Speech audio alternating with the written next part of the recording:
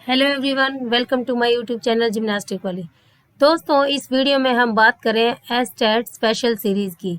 और इस special series में आज हम कवर कर रहे हैं चैप्टर 6 एंड 7। चैप्टर 1 से लेके 4 तक CBSE 11th साइकोलॉजी से हम ऑलरेडी कवर कर चुके हैं, जिसको हमने नाम दिया है ABC सीरीज़। आज की स्पेशल सीरीज़ है जिसको हमने नाम दिया है D सीरीज़। और इसकी खास बात यह है कि इसमें हम 2 चैप्टर कवर करेंगे, 6 एंड 7। दोस्तों, एस्टेट जो भी साइकोलॉजी का दे रहे हैं उनके लिए 100% क्वेश्चन यहीं से आएंगे, क्योंकि ये जो है पूरा का पूरा CBSE का सिलेबस है। और जो दोस्त दूसरे किसी सब्जेक्ट से एस्टेट दे रहे हैं उनके लिए भी साइकोलॉजी का जो पार्ट है 30 मार्क्स का, वो भी यहीं से कवर होगा। लगभग 60 से 70% क्वेश्चन यहीं से आएंगे। लेकिन जैसा कि मैंने अभी बताया, साइकोलॉजी एस्टेट में 100% क्वेश्चन यहीं से आएंगे। और मैंने इसमें बहुत ज़्यादा एक्सप्लेन नहीं कर रखा है, टू द पॉइंट ही मैंने लाइनें लिख रखी हैं। उस लाइन को ही आप एज इट इज़ याद कर लीजिए, उन्हीं में से क्वेश्चन बनेंगे। आपके अगर पहले से कंसेप्ट क्लियर है तो बहुत अच्छी बात है। अगर पहले से कंसेप्ट क्लियर नहीं है तो भी आप यहाँ से पढ़ के जाएंगे तो आप बहुत ही बेटर स्कोर कर पाएंगे, ये मेरा दावा है आपसे। तो चलिए शुरू करते हैं आज की वीडियो। चैप्टर 6 है लर्निंग। लर्निंग यानी कि सीखना। Learning preserves errors of the past as well as its wisdom. ये किसने कहा है? A.N. व्हाइटहेड ने। तो ये भी एक क्वेश्चन बन सकता है कि ये शब्द किसने कहे हैं। यहाँ पर ये कहते हैं कि लर्निंग जो पहले से सीखे हुए हैं उसकी गलतियों को प्रिजर्व करके रखता है, यानी कि अपने अंदर संजो के रखता है। और ऐसे ही विजडम यानी बुद्धिमत्ता के भी। अब बात करते हैं हैबिचुएशन की। हैबिचुएशन यानी कि हैबिट, आदत।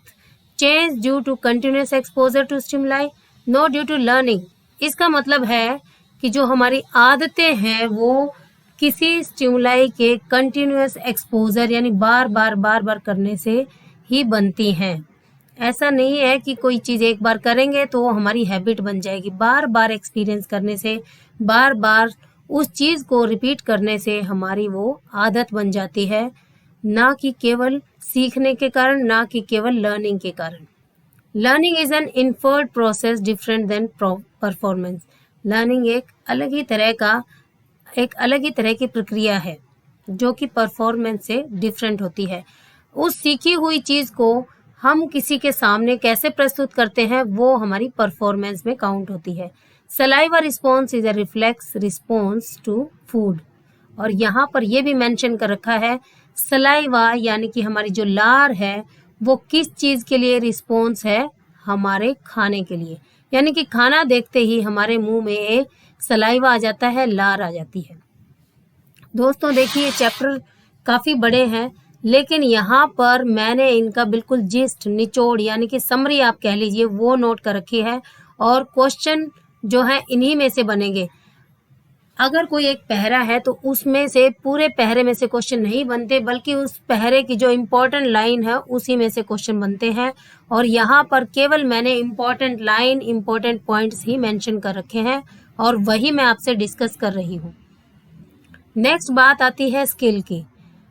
स्किल क्या चीज़ है? Performing complex task smoothly and efficiently. यानी किसी भी जटिल जो प्रस्तुतिकरण है उसको हम कितने अच्छे से स्मूथली प्रेजेंट करते हैं और कितने सही ढंग से प्रेजेंट करते हैं, वही हमारी स्किल है, वही हमारा कौशल है। A skill is a chain of perceptual motor responses और as a sequence of SR association. Skill को हम कह सकते हैं कि एक चेन है, सीखी हुई जो प्रक्रिया है, सीखी हुई जो रिस्पॉन्स हैं, उनको एक चेन में प्रस्तुत करना, और आप कह लीजिए एक सीक्वेंस में प्रस्तुत करना। और दूसरे शब्दों में अगर हम कहें तो ये SR यानी स्टिमुलस रिस्पॉन्स साहचर्य है। स्टिमुलस के लिए यानी कोई हमारी तरफ कोई चीज़ आ रही है, उसके लिए हम कैसे प्रतिक्रिया करते हैं, कैसे रिस्पॉन्स करते हैं, उन दोनों का ये एसोसिएशन भी है, यानी स्किल को हम SR एसोसिएशन भी कह सकते हैं, इसकी सीक्वेंस भी कह सकते हैं। आगे बात करते हैं फेजेस ऑफ स्किल एक्विजिशन। इसमें मुख्यतः 3 फेज बताए गए हैं, 3 चरण बताए गए हैं अकॉर्डिंग टू फिट्स। फिट्स ने यहाँ पर 3 चरण फेजेस बताए हैं स्किल सीखने के, स्किल एक्विजिशन के। सबसे पहला cognitive, then associative and last यानी थर्ड इज ऑटोनोमस। चलिए एक एक करके समझते हैं। कोग्निटिव यानी रिलेटेड टू ब्रेन, आप कैसे उसको ऑब्जर्व करते हैं, कैसे परसीव करते हैं, कैसे ग्रहण करते हैं और कैसे उसके लिए आप डिसीजन लेते हैं। फॉर एग्जाम्पल हम साइकिल चलाना सीखते हैं तो हमारे दिमाग में क्या क्या उसके लिए विचार आते हैं, हम क्या क्या सोचते हैं, कैसे रिलेट करते हैं, ये सारा आपका आएगा कोग्निटिव फेज में। सेकंड है एसोसिएटिव, हम उसको किस चीज़ से रिलेट करते हैं, यानी दिमाग में जो हमारे विचार आ रहे हैं, जो थॉट प्रोसेस चल रहा है, उसको हम फर्दर कैसे रिलेट करेंगे साइकिल सीखने के लिए, साइकिल चलाने के लिए, दैट इज एसोसिएटिव। उसके बाद थर्ड जो रिस्पॉन्स है दैट इज ऑटोनोमस। उन दोनों की प्रक्रिया होने के बाद, यानी जब हम कुछ सीखेंगे साइकिल चलाना, हम गिरेंगे, हम संभलेंगे, हम क्या क्या एक्सपीरियंस करेंगे, उसके बाद हमें चलाना आ जाएगा, दैट इज ऑटोनोमस। हम कह सकते हैं स्वतंत्र, स्वायत्त, यानी कि सेल्फ डिसीजन लेना, ये सारी चीज़ें ऑटोनोमस में आएगी। इसमें ब्रैकेट में मैंने लिख भी रखा है अटेंशनल डिमांड्स एंड ऑटोमेटिसिटी, यानी कि ऑटोमेटिक। आगे बात करते हैं ट्रांसफर ऑफ लर्निंग की। इसको हम ट्रांसफर ऑफ ट्रेनिंग भी बोल सकते हैं, इसको हम ट्रांसफर ऑफ इफेक्ट भी बोल सकते हैं, यानी कि जो हमने सीखा है उसको दूसरी सिचुएशन में हम कैसे यूज कर सकते हैं, उसका दूसरी सिचुएशन पर क्या फर्क पड़ता है। तो 3 तरह से क्वेश्चन बन सकता है, transfer of learning, transfer of training and transfer effect. So transfer of learning में हमारी 3 चीजें आएंगी, positive, negative and zero transfer. Zero transfer का मतलब है एब्सेंस ऑफ फैसिलिटेटिव और रिटार्डिंग इफेक्ट, यानी कि यहाँ पर सीखने सिखाने का दूसरी सिचुएशन में कोई फर्क नहीं पड़ता है, ना तो उससे पॉजिटिव लर्निंग होगी ना नेगेटिव, एज इट इज भी वो रह सकता है। Transfer of learning can be general और स्पेसिफिक। जनरल में आपका आएगा नॉट क्लियरली कंसेप्चुअलाइज्ड एंड डिफाइंड, यानी कि इसका जो उद्देश्य है या जो लर्निंग है वो ज़्यादा डिफाइन नहीं की गई है। जनरल की अगर हम बात करें तो जनरल में जो है इसको हम वार्मिंग अप भी कहते हैं और इसका जनरली पॉजिटिव इफेक्ट होता है। कहने का मतलब है जब भी हम कोई लर्निंग करते हैं, कोई नई चीज़ सीखते हैं तो कहीं ना कहीं उसको यूज़ करते हैं, यानी कि वो पॉजिटिव है। स्पेसिफिक की बात करें तो specific transfer it consist of A series of stimulus response association, जो हमने अभी बात की, सीरीज एक के बाद एक स्टिमुलस के प्रति क्या हमारा रिस्पॉन्स है, उन दोनों का एसोसिएशन। तो ये जो 5 सिचुएशन हमारी है, नीचे मैंने जिसके बारे में डिस्कस कर रखा है, मेंशन कर रखा है, 5 सिचुएशंस रिगार्डिंग ट्रांसफर आर, ये सारी हमारी स्पेसिफिक से रिलेटेड है। तो सबसे पहले है both stimuli and response are different so there is no transfer, यानी कि नो स्पेसिफिक ट्रांसफर। अगर दोनों स्टिमुलस एक जैसे हैं और रिस्पॉन्स डिफरेंट है, उनकी प्रतिक्रिया अलग है उनके लिए, तो यहाँ पर कोई ट्रांसफर नहीं होगी स्पेसिफिकली। अगली सिचुएशन की बात करते हैं। ये देखिए SCRD का मतलब यहाँ पर है कि एक टास्क पहले हमने दी, फिर दूसरे टास्क में उसका क्या आउटकम आया। S में स्टिमुलस और R मीन्स रिस्पॉन्स, और A यहाँ पर मेंशन है, इसका मतलब दोनों चीजें सेम है। Stimuli same and response same, इसका मतलब वहां पर पॉजिटिव ट्रांसफर होगा, पॉजिटिव लर्निंग होगी और मैक्सिमम ट्रांसफर ही होगा, यानी हमें जो चीज़ हमने सीखी है उसका रिस्पॉन्स हम बहुत अच्छे से दे सकते हैं, बहुत बेटर तरीके से दे सकते हैं।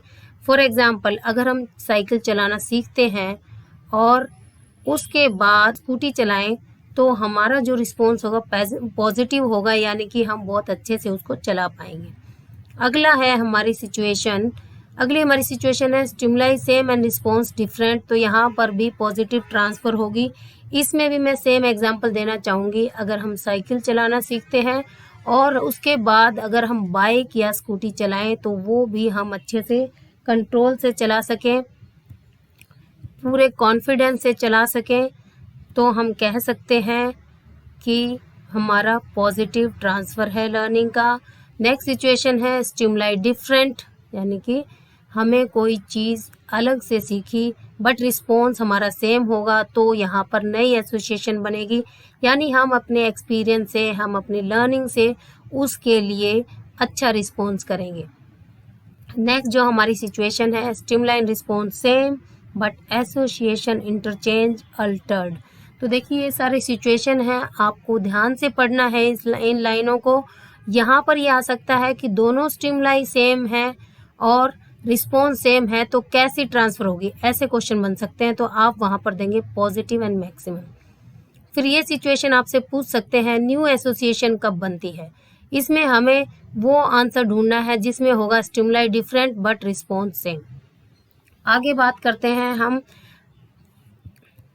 फैक्टर्स फैसिलिटेटिंग लर्निंग, यानी वो कौन से फैक्टर हैं जिनसे हमारी लर्निंग बेटर बनती है, लर्निंग पे अच्छा प्रभाव पड़ता है, लर्निंग बढ़ती है। तो सबसे पहले है कंटिन्यूअस प्रेजेंटेशन, लगातार आप कह सकते हैं, ये कंटिन्यूअस नहीं है, कंटिन्यूअस वर्ड ही आएगा। तो ये सिचुएशन हम देखने को मिलती है CS and US in classical conditioning. जब हमने वो डॉग वाला सलाइवा वाला एक्सपेरिमेंट पढ़ा है पावलोव जी का, तो यहाँ पर हमने सीखा होगा कंडीशन स्टिमुलस एंड अनकंडीशन स्टिमुलस के बारे में, वहीं पर ये सिचुएशन आती है। दूसरी बता रखी है ऑपरेंट कंडीशनिंग से रिलेटेड नंबर या amount and delay of reinforcement. जब हम किसी को रीइंफोर्स करते हैं यानी कि उसका रिस्पॉन्स देखते हैं, तो यहाँ पर बात आती है नंबर की और कितनी बार यानी अमाउंट में उसको दिया गया, डिले किया गया कि नहीं किया गया।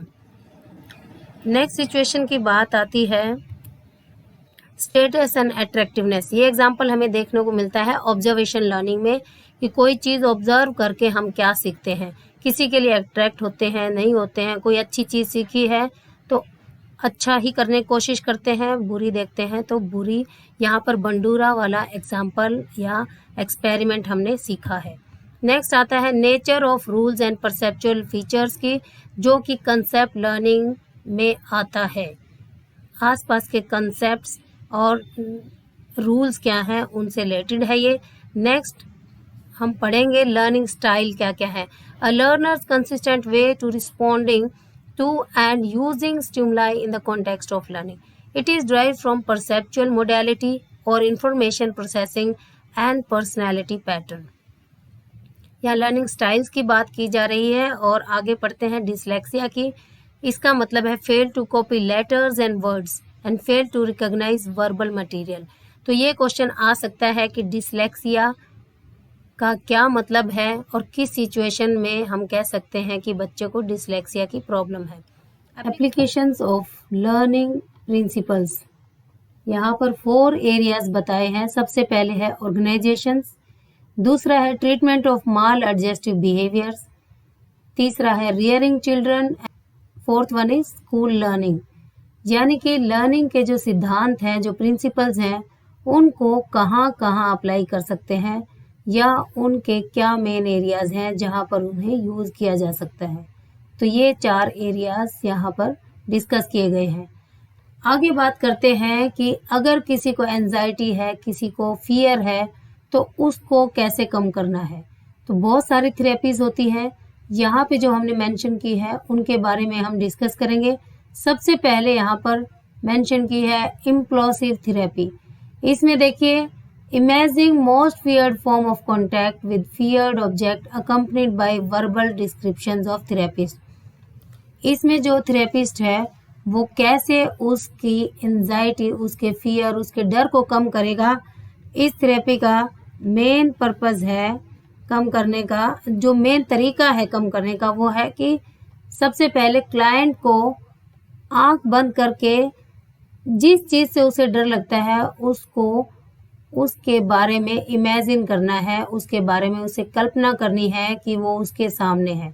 और जैसे ही उसकी एंजाइटी बढ़ती है, धीरे धीरे थेरेपिस्ट अपने वर्बल डिस्क्रिप्शन से उसको समझाता है, उसको कम करने की कोशिश करता है।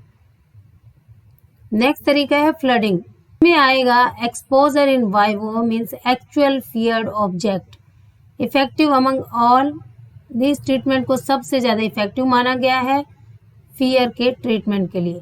इसमें करना क्या होता है, फ्लडिंग जैसे बाढ़ आती है उसी तरीके से क्लाइंट को जिस ऑब्जेक्ट से डर लगता है उसी का एक्चुअल एक्सपोजर करवाना है और धीरे धीरे उसकी एंजाइटी को, उसके फियर को कम करना है। मतलब बार बार उसी चीज़ का एक्सपोजर उसको देना है ताकि धीरे धीरे उसका जो फियर है, उसकी जो एंजाइटी है वो कम की जा सके।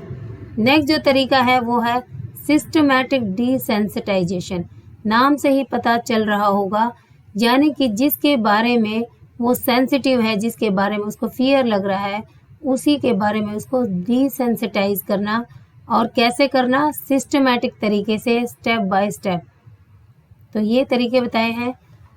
तरीका कोई भी हो, यहाँ पर मेन पर्पस है कि क्लाइंट की एंजाइटी, क्लाइंट का फियर, डर कम करना है, किसी भी तरीके से वो कम किया जा सके। इसी तरह से नेक्स्ट थेरेपीज की बात करते हैं। Aversion therapy, painful experience for undesirable and injurious health और हैप्पीनेस। एवर्जन का मतलब होता है किसी चीज़ से घृणा करना, यानी कि हेट करना, उसको डिसलाइक करना।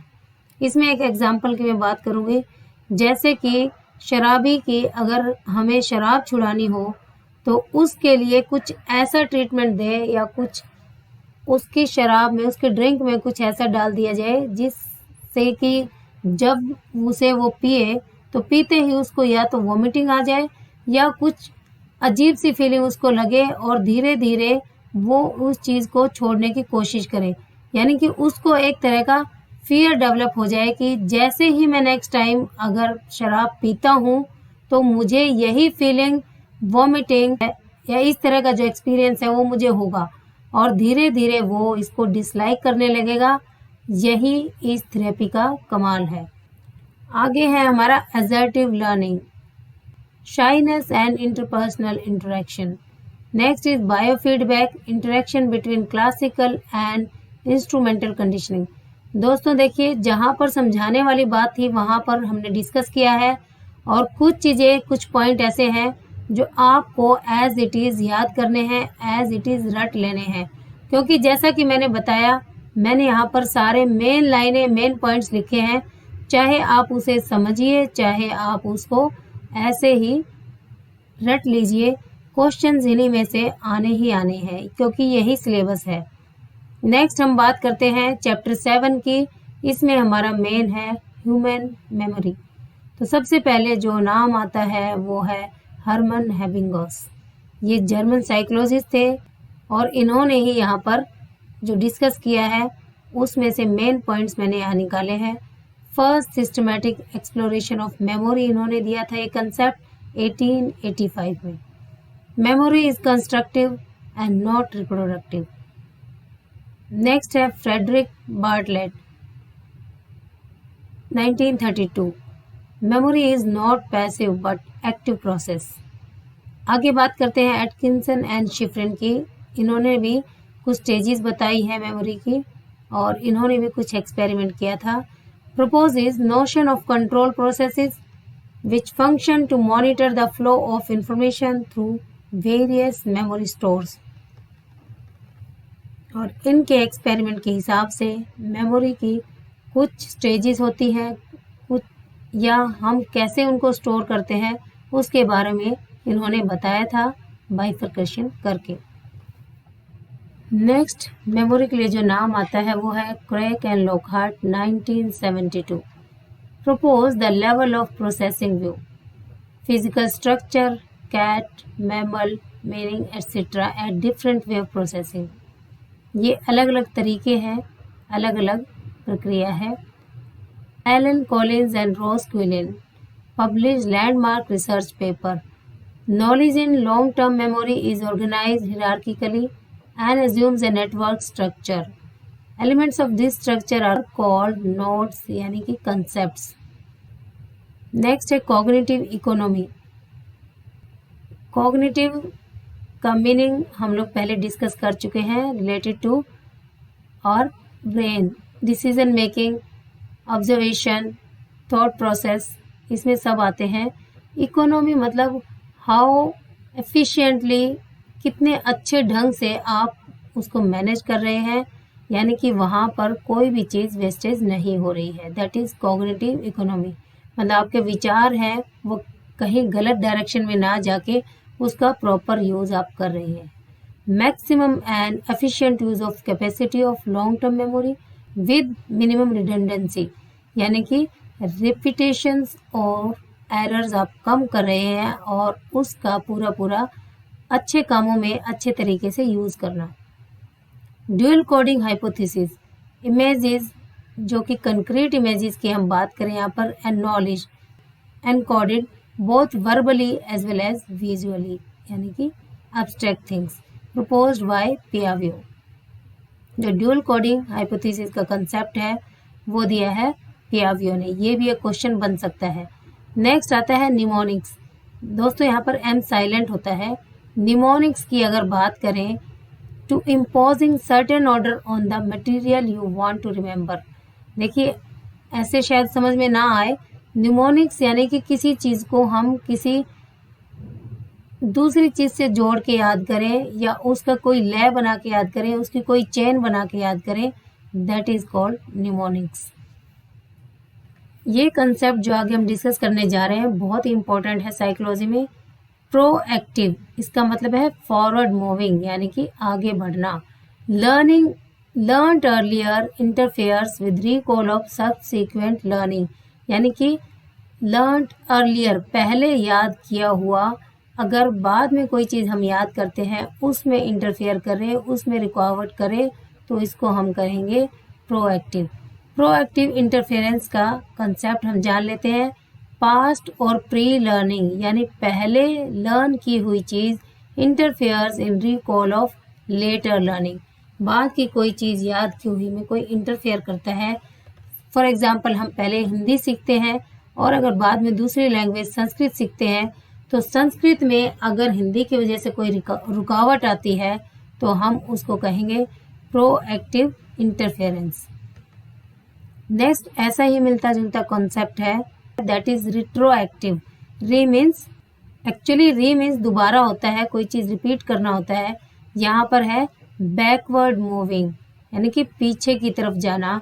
Learned later interferes in recall of previous और पास्ट लर्निंग। देखिए और जान लेते हैं थोड़ा सा।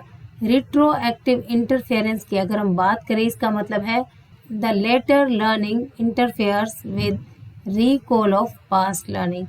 लेटर लर्निंग यानी कि बाद में याद की हुई चीज़ पहले वाली चीज़ के रिकॉल में अगर रुकावट करती है तो हम उसको रिट्रोएक्टिव इंटरफेरेंस कहेंगे।